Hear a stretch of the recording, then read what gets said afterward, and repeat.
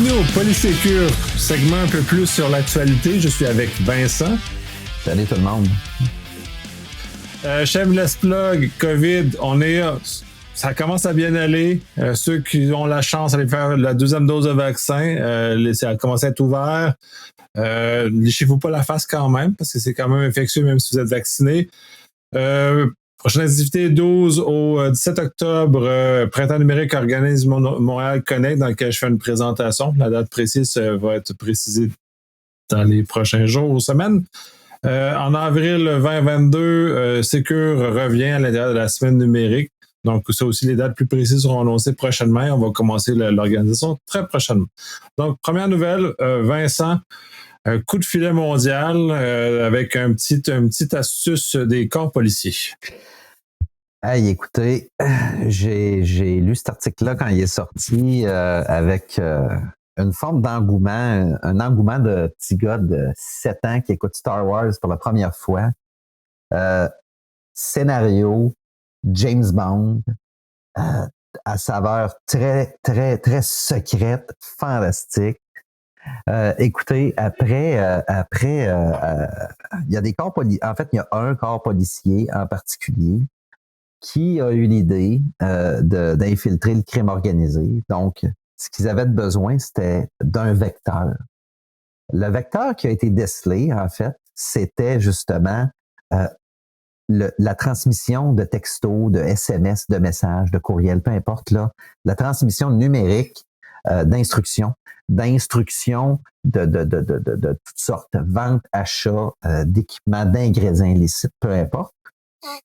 Et puis est venue l'idée de bâtir justement un dispositif, un téléphone hautement sécurisé qui contient son propre logiciel d'envoi justement de messagerie numérique chiffrée, indéchiffrable. Donc, seul le détenteur justement du dit appareil hautement sécurisé peut transmettre vers un autre appareil du même type, très sécurisé, des messages qui peuvent pas être hameçonnés, harponnés, interceptés, peu importe, et puis dont le contenu justement est indéchiffrable. Et puis cette idée-là a vu le jour. Il y a un infiltrateur justement d'un corps policier qui a infiltré le crime organisé. Le plus important dans cette histoire-là, c'est que ces téléphones-là, avec le logiciel, étant inconnus du public et du crime organisé, se faisaient de bouche à oreille. Donc, ça prenait un premier utilisateur, passait le mot, celui qui avait le mot relayait le mot, etc., etc. Vous voyez la chaîne qui s'est produite là-dedans.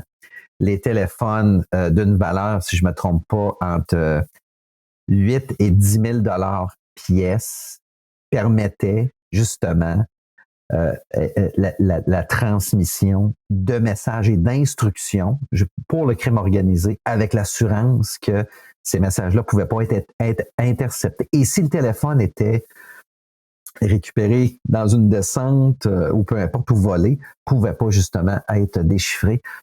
Cependant, le logiciel a été bâti par les forces policières.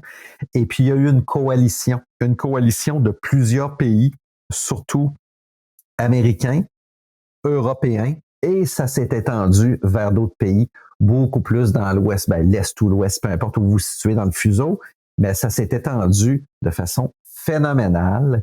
Et puis, par l'entremise de 2 ou 3 agents et ayant passé le mot, l'acquisition et la distribution de ce type de téléphone qui contenait le logiciel s'est propagée comme un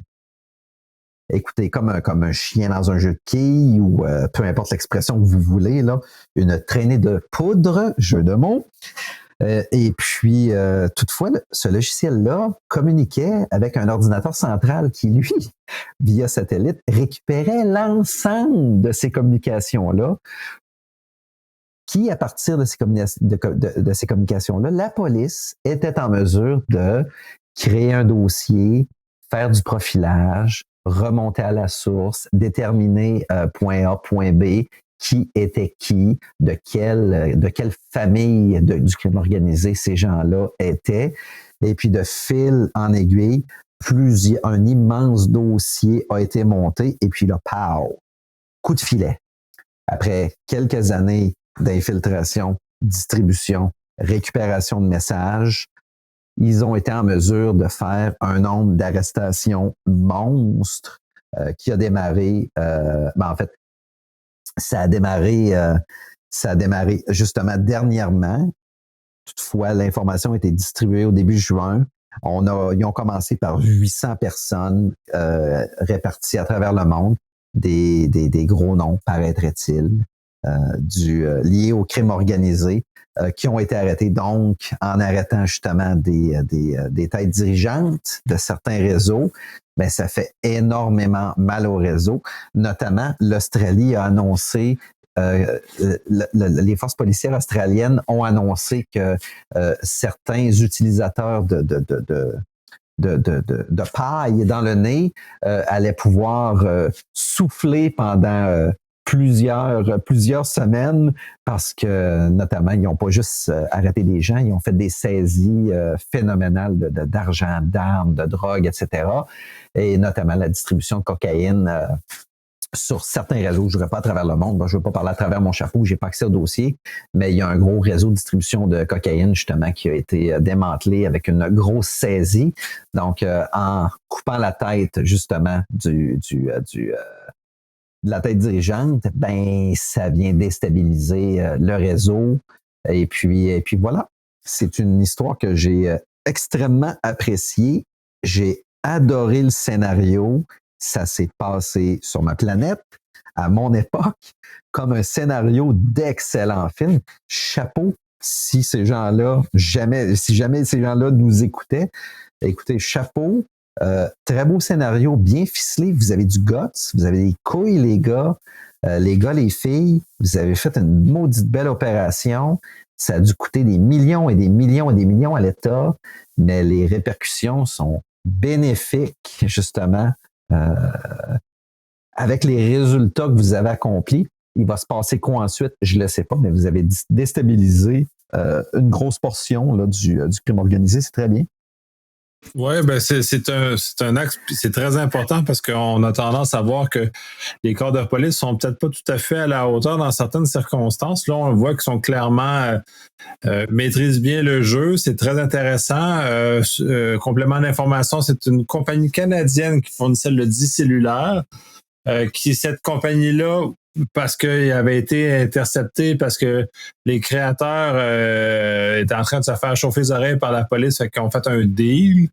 Et on décide, du deal, ils ont accepté de mettre la porte dérobée, que la police était capable de voir ce que tu mentionnais, justement, l'ensemble des communications. Comme tu dis, c'est digne d'un film d'espionnage de haute qualité hollywoodien dans lequel on a vu tout ça se répercuter, à quel point ils ont été capables d'utiliser des moyens nouveaux pour atterrir à des cas majeurs. C'est très rassurant. Là, c'est dans les crimes au niveau de la drogue. Moi, je suis plus préoccupé au niveau des crimes, au niveau du vol d'informations, ce qu'on appelle le dark web principalement, où tout ça circule. J'espère qu'on va être capable d'utiliser des moyens d'une telle efficacité dans ces univers-là, parce que ceux-ci sont en train de prendre en termes d'envergure et de place qui, je pense qu'ils vont être, somme toute, probablement aussi problématiques dans quelques années que le monde de la drogue peut l'être présentement. Là. Oui, je suis d'accord avec toi. Écoute, c'est un très beau scénario. Ça démontre à quel point des fois le système peut paraître rigide. Nos forces de l'ordre peuvent paraître menottées à de la réglementation, de la conformité des lois. Mais une fois de temps en temps, ils sortent un joker de leur manche qui est spectaculaire. Puis je pense que dans ce cas-ci, le Joker, il est spectaculaire. Nicolas a raison, là. On est plus dans le monde, beaucoup dans le monde numérique, etc. Là, le Joker était très physique. Les enjeux étaient sur l'intégrité de la personne, des personnes, autant les forces de l'ordre que le crime organisé, que que leurs proches, etc. Mais l'idée technologique derrière, effectivement, sont partis d'une idée, d'un scénario, d'une possibilité, d'une hypothèse. Et puis, il y a un fonctionnaire qui a décidé de dire, moi, j'embarque. Puis, écoutez, je ne sais pas comment ça a coûté. Je ne sais pas les dépenses. Je ne sais pas comment est-ce qu'ils évaluent le retour sur investissement avec la saisie et puis la déstabilisation qu'ils ont faite. Mais chapeau, c'est innovateur, c'est créatif, puis c'est digne d'un scénario là, de Tom Clancy. Là. Absolument. En tout cas, je suis très content de voir que, somme toute, que les forces policières sont capables de mettre en action des actions d'aussi grande envergure que ça, avec un résultat aussi grand que ça aussi. Là. C'est tout à fait fantastique. Puis ça me donne le levier pour passer à ma nouvelle, la nouvelle suivante, qui est l'effet Pilsman, qui est un effet qui, dans ce cas-ci, a joué à l'avantage des corps de police. C'est-à-dire que c'est l'effet qui a été observé par le monsieur qui porte ce nom-là, que je ne prononcerai pas une autre fois parce que je vais l'écorcher encore une autre fois d'une façon nouvelle. Fait que je vais limiter l'humiliation. Fait que, essentiellement, ça a été découvert ça a été étudié avec le port de la ceinture de sécurité. C'est que du moment qu'on met une mesure de sécurité en place, on a l'impression qu'on devient invulnérable. Fait que dans ce cas-ci, dans la nouvelle précédente, il pensait avoir des cellulaires magiques. Donc, parce qu'ils avaient des cellulaires magiques, ils se sont avérés agir comme si c'était invulnérable. Là, la nouvelle elle-même, elle parle plus de la cybersécurité. Puis c'est un des problèmes qu'on commence à avoir, c'est que les gens commencent à avoir des comportements de plus en plus négligents en cybersécurité parce qu'on est de plus en plus avec des outils puissants qui ont des limites, mais puissants. Donc, les antivirus, les firewalls, les IDS, blablabla. Fait que de là, les gens commencent à être de plus en plus négligents quand, dans le fond, le comportement est quand même un élément de base. Et on rappellera que l'humain fait partie de l'équation. Je suis un peu en désaccord à dire que l'humain est le maillon faible, mais l'humain fait quand même partie de l'équation, puis c'est quand même une pièce importante de celle-ci. Fait qu'il faut savoir comment on joue là-dedans et ne pas descendre notre garde parce que on a mis une ceinture, parce que quand on rentre dans un mur à pleine vitesse, même sur notre ceinture de sécurité, ça fait mal. Puis si ça pourrait faire mal au point qu'on pourrait le regretter le restant de nos jours, malgré tout, parce que ça ne nous rend pas invincibles. Ça fait juste limiter les dommages, comme les mesures de sécurité qu'on met en place dans les réseaux d'entreprise ou à la maison. Puis aussi à la maison, il faudrait commencer que les gens mettent des mesures adéquates parce qu'on est un petit peu sous-outillé à la maison. Là, je n'ai fait une référence dans d'autres podcasts, mais juste le fait que, on va dire, puis là, c'est un volet sur le télétravail, qui va faire référence à ma conférence, puis tout ça. Mon réseau, mon ordinateur d'entreprise est à la maison. Donc, j'amène le réseau d'entreprise à la maison. Je le branche avec les ordinateurs de mes enfants, avec toutes les cochonneries qui vivent sur mon réseau. On a tous des cochonneries sur notre réseau, gars sécurité ou pas. Fait on a tout ça. Fait que là, on a un problème. Comment on peut segmenter notre réseau de domicile pour y mettre notre ordinateur de travail dedans et que ce soit pas compliqué parce que là, moi, je suis capable de le faire. Puis, c'est fait, là. Moi, j'ai même pire que ça, j'ai vraiment une plug sur mon firewall spécifique pour mon réseau d'entreprise. Fait que mon réseau où je mets mes choses clients. Là, ils sont vraiment séparés de façon physique. Mais la réalité, c'est qu'il faudrait trouver un moyen pour faire que les gens en Wi-Fi puissent avoir cette chose-là de cette disposition-là aussi. Quitte pas à ce qu'ils commencent à courir tout nus dans les champs, puis que malgré tout, là, pas prendre des risques démesurés, mais au moins minimalement isoler ce genre de choses-là. Là. Fait que moi, ça termine mon laïus là-dessus. Ah, écoute, effectivement, tu as amené un bon point, là. Comment je dirais ça? De penser justement qu'on vient de corriger un problème par de la technologie. Là, tu parles de rehausser la sécurité, réduire les risques. On va dire réduire les risques de sécurité numérique en tout genre. Là. J'utiliserai pas le terme cyber. Là. Cyber est utilisé à toutes les sauces. Là. Mais je regarde les exemples dans ton article ici, là, Spam Filter, Antivirus, Anti-Spire, Firewall, CM, DLP, Automated Backups, etc. je vais remettre mon chapeau d'auditeur. Puis j'aime ça, mettre mon chapeau d'auditeur dans ces circonstances-là pour justement éviter le Peltzman effect, de penser que on a corrigé à tout jamais quelque chose par l'introduction d'une solution de sécurité. Qu'est-ce qu'on dit depuis, je vais dire depuis l'ENIAC à Chicago. Depuis l'ENIAC à Chicago, qu'est-ce qu'on dit? Ça va toujours prendre un humain à quelque part pour, minimalement, entretien, maintenance. Ce que j'entends par entretien, maintenance, c'est ce que j'appelle une fonction cruciale, entre autres, au sein d'une entité, peu importe son domaine d'expertise, sa prestation de service. On est dominé et hautement supporté. Nos opérations de prestation sont hautement supportées justement par des infrastructures techno. On veut avoir une prestation de service, une livraison, une disponibilité, une sécurité, de l'intégrité, une exactitude dans ce qu'on fait. C'est pas parce qu'on vient de mettre la solution NEC plus ultra que tout d'un coup, on est magiquement, comme Nicolas le disait, protégé. Ça prend quand même des humains au travers. Il y a entretien, il y a maintenance, il y a compréhension, il y a interprétation, il y a assurance il y a toutes sortes d'activités au travers de ça où un humain n'a pas le choix encore d'interagir et d'intervenir. Ce qui veut dire que faut pas oublier qu'avec l'introduction d'une telle technologie qui vient rehausser la sécurité et corriger une situation, ça va prendre un processus dynamique d'entretien, maintenance, d'évolution et d'interprétation qui va s'assurer que est-ce que ça marche tel que ça devrait fonctionner? Et puis, dans le temps, c'est surtout jusqu'à quand ça va fonctionner tel que c'est supposé fonctionner. Tout vient avec une forme de désuétude. Puis de la désuétude, je parle pas de désuétude programmée, là, téléphone cellulaire, etc. C'est pas de ça que je parle. C'est qu'il faut continuellement rehausser certains de ces éléments-là. Faut pas oublier que c'est produit par des constructeurs.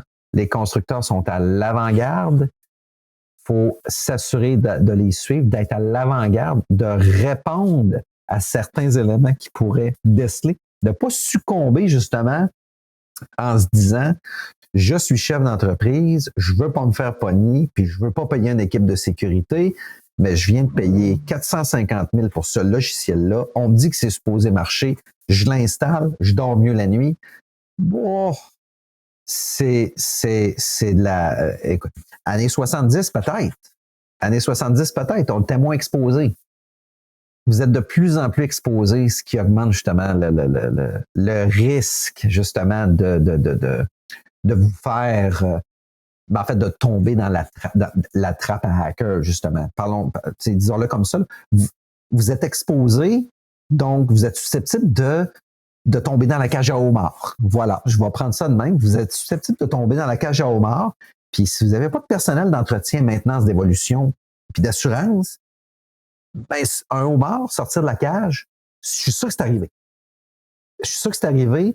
C'est même, ma probabilité est à 100%. Il y a un homard qui est déjà sorti. Par contre, pas la majorité des homards qui sortent. Fait que si vous n'avez pas ces équipes-là, vous êtes le homard qui risque de pas sortir de la cage. Puis, je vais interpréter ça de cette façon-là. Entre autres, puis j'aime bien ces images-là. Puis il demeure que... Puis, pendant que tu parlais, puis c'est ça qui m'a flashé, c'est beau d'avoir les meilleurs outils possibles, mais la réalité, c'est que la plupart des attaques qui ont lieu actuellement sont basées sur le fait de tromper l'humain et non de tromper la technologie. Parce que les malveillants ont arrêté de mettre beaucoup d'énergie à essayer de casser les systèmes de sécurité. Ils vont juste utiliser l'humain pour les aider à casser le système de technologie en abaissant des mesures, en changeant des choses, en contournant des choses comme ça. C'est très intéressant de le considérer comme ça, comme humain, ne pas tomber dans la cage du homard et de succomber au prince nigérien qui est supposément nous donner des millions de dollars. C'est pas vrai. J'ai gâché les rêves, mais le riche prince nigérien, non. Désolé. C'est comme ça. Et passons à la nouvelle suivante, puis la tienne, Vincent, sur le fait qu'on est rendu à 256 milliards. En fait, c'est une petite analyse qui a été faite dernièrement, là. Ça revient à chaque année, c'est tout ce qui est divulgué en termes du coût. Le coût des rançongiciels, ransomware pour le commun des mortels. C'est parce que je suis bilingue et j'aime bien mon français. Le coût du rançongiciel, faut pas oublier une chose, la majorité des statistiques que vous allez voir, c'est pour les cas répertoriés, donc les cas divulgués. Donc, beaucoup de cas qui font les manchettes. Les compagnies publiques qui n'ont pas le choix de divulguer, etc. Ben, présentement, avec puis Nicolas a raison. Nicolas a raison en disant que le vecteur d'attaque le plus facile demeure encore l'humain. Le rançongiciel, ça va rentrer par texto, par message téléphonique, par appel téléphonique ou par courriel. C'est un humain qui va l'intercepter, c'est un humain qui va l'interpréter, puis c'est un humain qui va mettre sa main dans la cage à homard, disons-le comme ça. Hein? On va réutiliser le thème. Eh bien, écoutez, ce qui prédisent présentement pour la prochaine décennie, c'est que le coût, en fait, des attaques par rançongiciel risque d'atteindre 256 milliards de dollars US, ce qui est énormément de piastres. On va parler à peu près de 300 milliards canadiens, mais peu importe. Notre dette est à combien? Ah, ça frôle ça, les 300 milliards. Ça veut dire si on était un petit peu plus actif dans ce domaine-là, puis on devenait à sa blacklist, on pourrait payer notre dette. Mais bon, c'est pas une suggestion que je fais. C'est un calembour. Alors, juste pour vous dire que le rançongiciel, ça marche. Ça marche, puis c'est payant. C'est payant, c'est terrible. Là, j'ai pas décortiqué l'ensemble de ce qu'on a ici, là, parce que c'est très, très peu détaillé. Est-ce que c'est les rançons qu'on paye? Est-ce que c'est les rançons qu'on paye plus les services du retour à la normale qu'on paye? Est-ce que c'est le retour à la normale? Mais peu importe, de voir un montant de 256, pardon, j'ai inversé, 265 milliards d'ici 2031, ça commence à faire beaucoup de sous qu'on pourrait investir dans toutes sortes de choses. La voiture électrique, la voiture volante qu'on nous promettait dans les années 80, le voyage vers Mars, la récupération des coraux, justement, en Australie, la barrière de corail qui est en train de s'évaporer. Il y a plein de belles affaires qu'on pourrait faire avec cet argent-là, mais non, il va servir à quelqu'un d'autre, puis à quelqu'un avec un S, qui a d'autres ambitions, c'est faire plus de dommages pour faire plus de milliards par le rançongiciel. Ouais, c'est comme une taxe cachée, c'est une taxe des malveillants sur l'économie mondiale, puis c'est énormément d'argent qui dévie dans des choses qui sont, comme tu dis, non utiles là, au bien collectif. Là, tu parlais des choses écologiques, mais voiture électrique, bref, là, on est dans une baisser la température pour qu'on arrête de cramer puis qu'on les océans montent. Là. Rendu là, on est ces investissements-là sont plus que nécessaires. Arrêter d'investir dans des affaires qui augmentent la capacité automobile, hein, par exemple. Mais c'est énormément d'argent.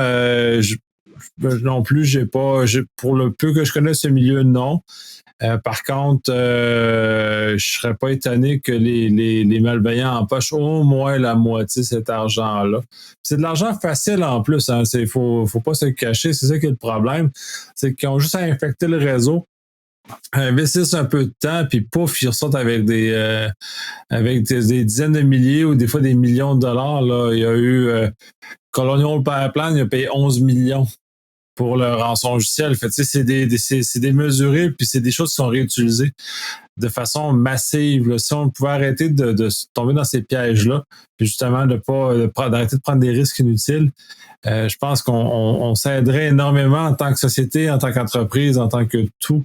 On arrêterait d'alimenter un univers de gens qui s'enrichissent énormément à nos dépens là, à l'heure actuelle. Tu vois, on a déjà fait beaucoup d'autres critiques là-dessus, Nico. Tu sais, ici, la meilleure mesure, c'est la sensibilisation. On n'arrêtera pas le rançongiciel lorsque le vecteur va être humain. La sensibilisation demeure présentement un des rares très bons moyens.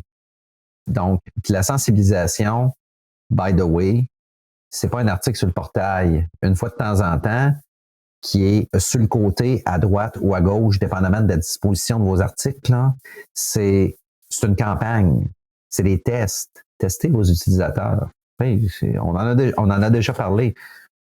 Rien de mieux qu'un vrai test. Pas pour pointer la personne qui clique tout le temps sur la mauvaise réponse, pour déceler le degré de maturité, justement, en termes de sensibilisation pour votre organisation, parce que ce degré-là va vous indiquer votre degré actuel de façon générique. Autrement dit, êtes-vous très à risque, peu à risque, pas à risque, pour justement passer à l'étape suivante.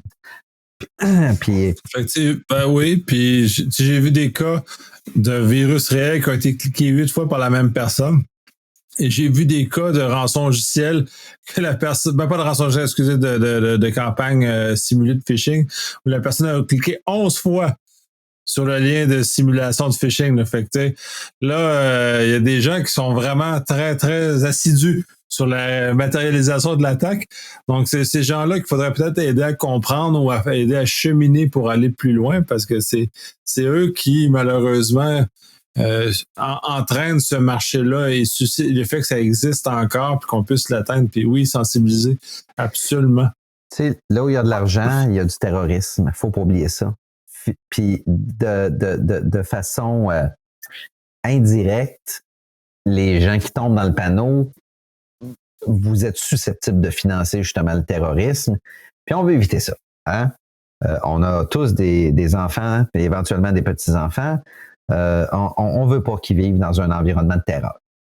Et voilà. C'est ça, puis je reprends aussi un peu comme éviter que ce soit juste une manchette dans le coin d'un intranet. Je vois malheureusement beaucoup de gens en cybersécurité qui ne font que relayer de l'information, des nouvelles un peu dramatiques dans lesquelles ils peuvent déchirer leur chemise sur la place publique. Déchirer sa chemise sur la place publique n'est pas une mesure qui va aider la sensibilisation des gens. Ça change virtuellement pas grand-chose, quitte ça va désensibiliser les gens. Il faudrait peut-être que même en tant que communauté, on change un peu notre stratégie pour guider les gens vers le mieux que juste de relayer ces nouvelles négatives constantes. Oui, il y a des mauvaises nouvelles, oui, il y a des fuites. Il va y en avoir encore, là, ce chiffre-là, ça en est un. Il va y en avoir d'autres pendant les prochaines années. Au lieu de relayer cette information négative, au moins, si on pouvait relayer de l'information positive, aider les gens, des manchettes, pas cachées, mais au moins des éléments qui nous aident à mettre des choses en œuvre et aider les gens à progresser davantage en cyber. C'est un peu, dans le fond, ce qu'on fait ici aussi, avec un peu d'humour. Là, ben ça y est, fait que là, je me suis fait prendre parce que je pensais pas que la bague était si bonne que ça. Non, mais écoute, j'étais même en train... Écoute, je t'en ai parlé, je pense à huis clos, il y a 2-3 semaines, pendant la période du retour d'impôt. Puis je vous en parle là, parce que là, je suis à micro ouvert, les textos, les messages enregistrés, puis les messages avec une personne au bout du fil. Avez-vous reçu un appel? Tu sais, je pense à ce qu'on vient de discuter ici, là, le format de sensibilisation. Je fais une proposition à notre gouvernement fédéral ici, là, qui pourrait être repris par le provincial, peu importe. Tout le monde, enfin, c'est pas vrai. Beaucoup de gens ont reçu le fameux appel de l'ARC où il y a un fameux dossier qui est ouvert à votre nom parce que vous avez de l'impôt impayé. C'est pas compliqué, là. J'ai reçu ça pendant 2 semaines en avril. 2 semaines, les 2 dernières maudites semaines pour envoyer mes rapports d'impôt qui étaient déjà envoyés de toute façon. J'ai reçu aucun texto, mais j'ai reçu des appels téléphoniques qui laissaient un message, qu'on appelle un appel silencieux. Donc, ça sonne pas, mais il y a un message sur ma boîte vocale Ou j'ai une personne à une voix angélique. Quand je dis angélique, là, ça ne veut pas dire nécessairement une voix féminine, là. Une voix qui vibre à mes oreilles, qui est intéressante d'écouter, disant que là, il y a un dossier ouvert par le fédéral pour telle et telle raison. Je me vois ici, là, en train de faire un scénario par le gouvernement fédéral entre la mi-janvier jusqu'à la mi-mai, où il passe l'annonce avec une personne, un jeune, un mi-jeune, un vieux, un mi-vieux, peu importe, qui reçoit ce type d'appel-là, avec quelqu'un au bout du fil de crédible, puis qui dit, vous avez reçu ce type d'appel-là, ce type de message-là, ils les connaissent. Pourquoi est-ce qu'ils les prennent pas? Ils font pas un scénario puis une annonce qui passe ça à la TV, tout simplement. Vous avez reçu ce type d'appel, jamais l'ARC, l'ARQ, peu importe, va vous appeler avec ce type de menace. Et ces gens-là vous offrent, dans certaines occasions, je parle aux autorités, là, les gens nous offrent des scénarios qui pourraient déjà servir de base à vos annonces de sensibilisation avec quelque chose de réel. Écoutez, vous pouvez la reprendre, la voix du clown au bout du fil. Un, il s'identifie pas. Deux, c'est un terroriste qui veut votre argent, puis c'est tout. T'sais, je donne un bête exemple ici qui serait un extrêmement concret, puis qu'on verrait tout à la TV. Faites-le en anglais, faites-le en français, faites-moi confiance, ils font ça dans tous les langues. Je suis sûr qu'ils font ça dans tous les langues. J'aime ça, l'idée de publicité. Pour avoir été dans une organisation qui a été affectée par ce genre de choses-là, malheureusement, il n'était pas... Comme c'est des organisations isolées, sur des gestes isolés, ils n'ont pas tendance à poser des gestes plus grand public. Mais il y aurait effectivement intérêt à ce qu'il y ait une action concertée de plusieurs organismes comme ça pour un public. Le ministère, l'Agence du revenu fédéral et provincial seraient probablement les premiers à devoir réfléchir à ça, mais il y en a une panoplie d'autres parce que j'ai vu qu'il y en a d'autres aussi qui se sont fait usurper leur chose.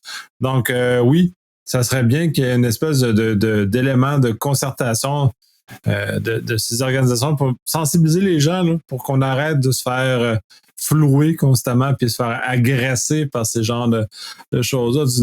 Toi puis moi, c'est pas si pire, on est capable de détecter ce type de choses-là, mais les monsieur et madame tout le monde ne sont pas nécessairement outillés et capables de bien les saisir, de bien les comprendre. C'est un peu plus triste pour eux autres à ce moment-là, puis c'est une question de santé publique de régler le problème pour tout le monde. Passons à la nouvelle suivante, celle qui touche un peu plus nous, télétravailleurs. Teams a connu une vulnérabilité importante, semblerait, pas exploitée, selon ce que la nouvelle dit, qui aurait été faite juste découvert par des chercheurs, dans ce cas-ci de Tenable, qui a découvert que, essentiellement, ce qu'ils étaient capables de faire, puis là, ils sont un peu vagues dans l'article, mais de réutiliser les jetons d'authentification qui vivent dans Teams pour impersonnifier l'utilisateur et faire des actions à travers la plateforme Teams qui est très puissante, mais la puissance de cette plateforme-là, le désavantage qu'elle permet d'envoyer des courriels, stocker des fichiers, faire des Power Apps, faire des automatismes, donc elle est capable de manipuler beaucoup d'informations organisationnelles que l'individu dispose. Donc, la prise de possession de ce jeton d'authentification-là est problématique. Vit dans un véhicule qui est aussi puissant que Teams peut l'être. Donc, c'est un élément très intéressant. C'est un des scénarios les plus épeurants en quelque sorte, mais plus intéressant d'un point de vue pure recherche sur comment on est capable de réutiliser cette plateforme-là pour aller plus loin et de casser comment le système fonctionne et comment Microsoft a intégré.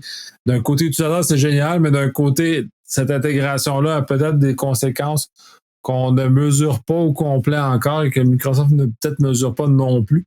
Puis l'autre aspect à ça, qui est très intéressant dans Teams, parce que Teams n'est pas développé sur une plateforme, disons, native dans chacune des univers, mais est développé avec Electron, qui est une espèce de transport de plateforme entre les autres. Fait qu'il y a un certain développement custom, mais un certain développement aussi qui est associé à ce genre de choses-là, qui est uniforme sur toutes les plateformes. Fait que la vulnérabilité dans ce cas-ci, elle n'est pas dédiée, disons, sur les Windows, mais elle est universelle dans ce cas-ci. Fait que l'exploitation du jeton, elle est quand même assez vaste et ce genre de choses-là. Donc, ça rappelle, c'est un rappel assez brutal pour les entreprises Zéro trust. Ne donnez jamais plus d'accès aux employés qui en ont vraiment besoin. Puisque là, si on est capable d'exploiter leur session pour aller plus loin, ça peut être dramatique dans certaines circonstances. Pour voir comment les gens utilisent Teams, s'il vous plaît, effacez les équipes que vous n'utilisez pas. Un projet, une équipe, le projet terminé, fermez l'équipe au vidange. Puis vraiment des vrais vidanges. Jetez ça complètement. Les documents utiles, archivez-les, mettez-les dans votre gestion documentaire, mais tuez les équipes, faites le cycle de vie, puis laissez pas un espèce de terrain immense, parce que la quantité de données peut être immense, vivre éternellement pour le bon plaisir de personnes, finalement, ou des hackers qui vont aller piger là-dedans, dans ce genre de choses-là. Fait que ça termine mon bout là-dessus. Mais dis-moi donc, là, l'interception de ce jeton-là là, par quelqu'un qui ne fait pas partie de ton organisation, là, ou ton organisation, ça nécessite une authentification forte, etc., il se passe quoi, là? Comment tu peux exploiter ça? Est-ce que tu peux récupérer un jeton, puis du moment que tu es en mesure de l'exploiter, paf, tu es dans l'organisation? Oui. C'est ça, c'est le jeton, il est dans un modèle, il est dans l'état où l'utilisateur il est authentifié et MFA aussi. Fait qu'il est vraiment, il est comme en session. Dans le fond, c'est comme la façon qu'il l'explique, c'est que l'utilisateur est en session et peut manipuler Teams pour faire exécuter des actions à l'utilisateur au nom de l'utilisateur. Fait qu'il est vraiment comme en session, là. OK, donc quand tu captures le jeton puis tu l'exploites, puis tu l'exploites correctement, là, ton Teams, il est comme dans un CCC.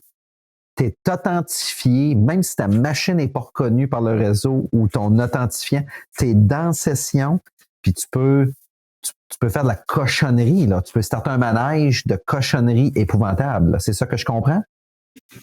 Oui, tu peux envoyer des courriels au nom de l'utilisateur, tu peux ouvrir des fichiers, copier des fichiers dans SharePoint, OneDrive, mais tu vis dans le périmètre de l'utilisateur.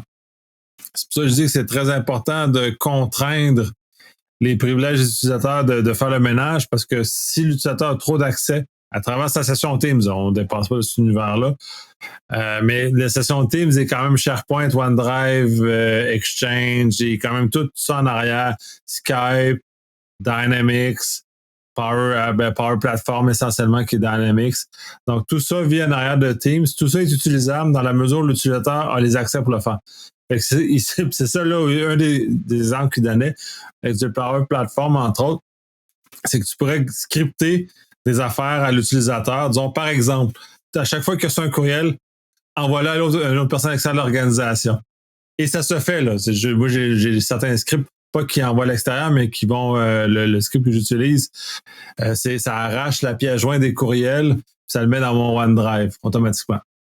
Fait que ça me permet d'avoir un endroit toutes les pièces jointes, puis c'est facile, c'est plus facile à gérer comme ça, puis ils sont triés en plus.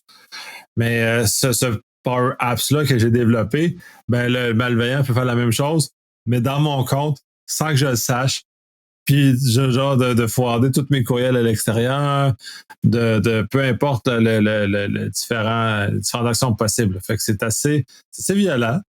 Je trouve ça très drôle d'un point de vue recherche, moi je trouve ça excellent. Mais c'est un rappel que pour les organisations, pour vous prémunir de ça, zéro trust, limitez les accès, faites le ménage, conservez rien, archivez, faites votre ménage. Ça va sauver énormément de soucis de ce côté-là. Ouais, c'est bon. Écoute, je vais dire comme toi, c'était peur, hein? Hey, je vais faire un petit intermède. Je fais une parenthèse pour nos auditeurs. Mot-clé, culte de la vache morte. Je ferme la parenthèse. Là, c'est vieux, ça. Tu ramènes des archives. Écoute, fallait pas que tu interagisses. Ça trahit notre âge, Nico. Non, je t'agace. Je sais pas si Nico, toi, tu l'as testé. Moi, je l'ai testé. Le fameux petit logiciel espion du culte de la vache morte, Cult of the Dead Cow, by the way. D'Acorifice, 1997-1998. Et en passant, ça fonctionne très, très bien. C'est un centre de commande et contrôle, un CCC, complet en soi, mais qui transporte les outils chez votre victime et chez vous. Fait que peu importe ce que vous faites, vous lancez la commande que vous voulez, ça va tellement bien s'exécuter, là. C'était une belle petite bebelle à l'époque. Ouais, puis la blague classique, c'était de faire ouvrir le lecteur CD des personnes puis leur faire peur. Puis non, ça t'aurait pas CD, puis tu ouvrais le lecteur CD. Puis là, la personne était comme étonnée. Bref, ah là là, c'est une autre époque. Moi, le message que j'envoyais, c'est I just open up your coffee cup holder. Mais bon. Ouais, tu faisais d'autres genres de blagues. Ben voilà. Mais bon. On va passer à une de tes nouvelles. La reconnaissance faciale, la GRC aurait pas bien respecté les règles. Non, en fait, c'est une réitération du commissaire à l'éthique dans un article que j'ai trouvé. C'est pas un article fort intéressant, là, c'est un article fort médiatisé. Vous n'avez tous entendu parler. Souvenez-vous, la compagnie Clearview AI, qui était étrangement canadienne et qui est devenue étrangement états-unienne. Clearview AI, qui avait une technologie justement d'emmagasinage photo et avec un système en arrière de reconnaissance faciale et qui avait probablement un espèce de moteur Google à l'interne qui pouvait faire des transpositions puis des transitions vers l'externe, Facebook, LinkedIn, Google, bon, etc. Et qui était en mesure de vous identifier dans des articles, dans des endroits, des ci puis des ça. Eh bien, le commissaire à l'éthique canadien stipule encore et réitère que et parce que la GRC a utilisé ce logiciel-là. Puis je pense que c'est dans un article qu'on a couvert, Nicolas, je ne sais pas si c'est dans Polysécure, où la GRC avait utilisé cette technologie-là, puis dans le trafic d'enfants, avait réussi à récupérer justement 2 ou 3 enfants qui étaient un bon coup, mais avec le commissaire stipule, en fait, réitère là-dedans que l'utilisation présentement de cette technologie-là contrevient justement à la Constitution, puis violerait présentement nos libertés. Écoutez, sujet controversé, si vous voulez mon avis. Le commissaire se base sur une réglementation, la Constitution, des lois, de la réglementation de la conformité et des éléments d'expérience. Hein, faut pas oublier, là, le commissariat, c'est pas une épée. Hein, il est accompagné. Il y a des plateformes sur lesquelles il doit s'appuyer. Quand je parle de plateforme, là, je parle de la Constitution, je parle de la loi, la réglementation. Bon, peu importe, là, vous m'avez suivi. Mais l'utilisation encore de ces bases de données-là constituerait une violation justement à la Constitution, à nos droits, à nos ci, à nos ça, peu importe. Je pense qu'ici, on est rendu à un carrefour. Je dirais pas un tournant. C'était fait de dire ça, là, parce qu'un tournant, c'est pas compliqué. On tourne puis on continue, là. On est à un carrefour. Là, il faut prendre une décision. On fait quoi avec ça? Est-ce que c'est public? Est-ce que c'est privé? Je pense que la question se pose. Est-ce qu'on peut l'utiliser? On peut pas l'utiliser. Est-ce qu'on amende la Constitution? Est-ce qu'on amende la loi? Est-ce qu'on déchire? On refait la Constitution. Est-ce qu'on déchire? On refait la loi. Est-ce qu'on ajuste? Est-ce qu'on rehausse? Est-ce qu'on rabaisse? Est-ce qu'on restreint? Est-ce qu'on octroie? Je pense qu'on est rendu à un carrefour où puis il y a des gens qui se posent la question. Il y a sûrement des tables de concertation présentement là, à un niveau hiérarchique beaucoup plus élevé que Nicolas et moi, qui doivent se poser la question, qu'est-ce qu'on fait avec ça? C'est quoi les bienfaits? Tu sais, on pèse le pour et le contre, hein, le bien et le mal. C'est quoi les risques de? C'est quoi c'est quoi que ça favorise? Je pense qu'on est à un carrefour. Faut se la poser, la question. Ben, la question est intéressante. De mon point de vue à moi, puis là, c'est comment, là, tu le mentionnes bien, il y a du positif. Effectivement, ça l'a aidé à retrouver des enfants dans certains cas. Mais sauf que dans d'autres cas, il y a une possibilité pour l'exagération, pour l'abus du système.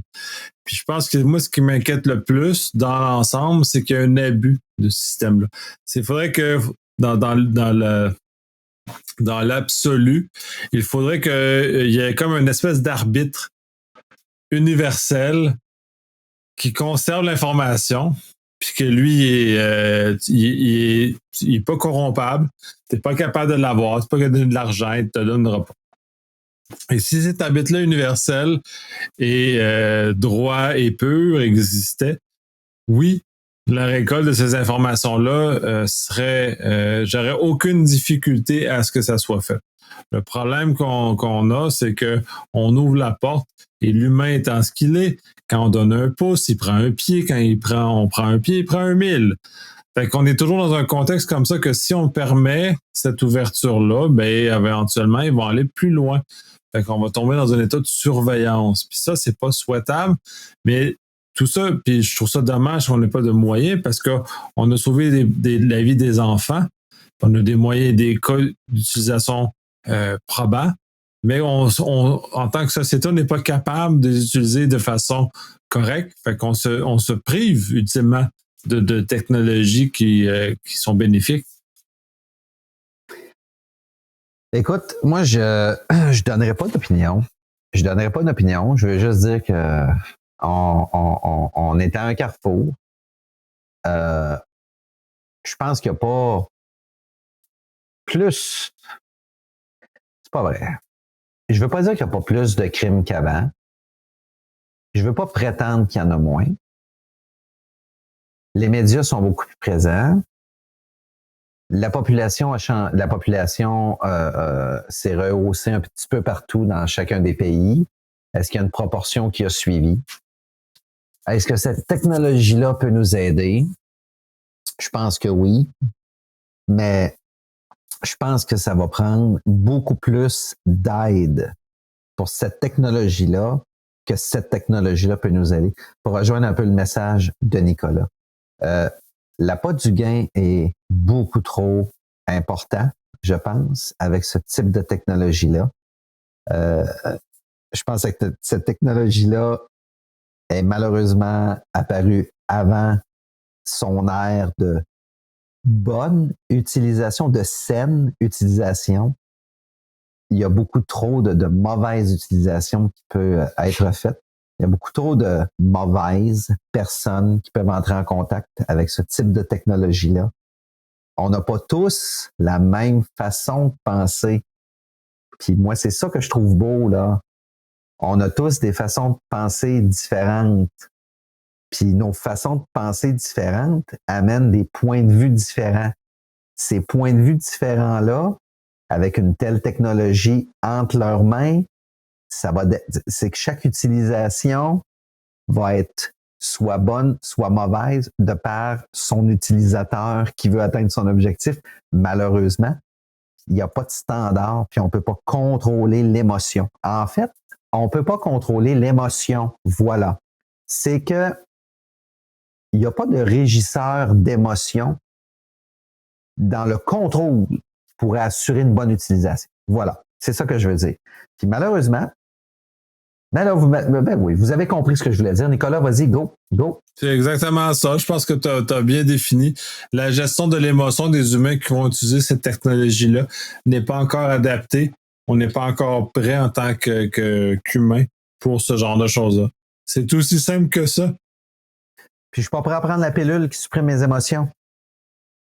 Hein? Souvenez-vous du film Equilibrium avec Christian Bale, qui est un espèce de je vais dire un opus, une continuité de 1984 ou de THX, THX 11, quoi déjà? 1138, 1137?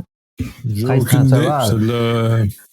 Le fameux THX de George Lucas, là, un de ses premiers films avec M. Duval, dans une société totalitaire où on supprime l'émotion humaine. Christian Bale, où on supprime l'émotion humaine. Fahrenheit 451, on supprime l'émotion humaine ou la liberté d'expression humaine, etc. On n'est pas là. Fait que ce type de technologie-là fait fi des émotions humaines, mais offre un pouvoir, soit bienfaiteur ou destructeur, dépendamment de son utilisateur, malheureusement. Mais bon. Ouais, ben c'est ça. Ça revient pas mal à ça. Donc on va conclure l'épisode là-dessus.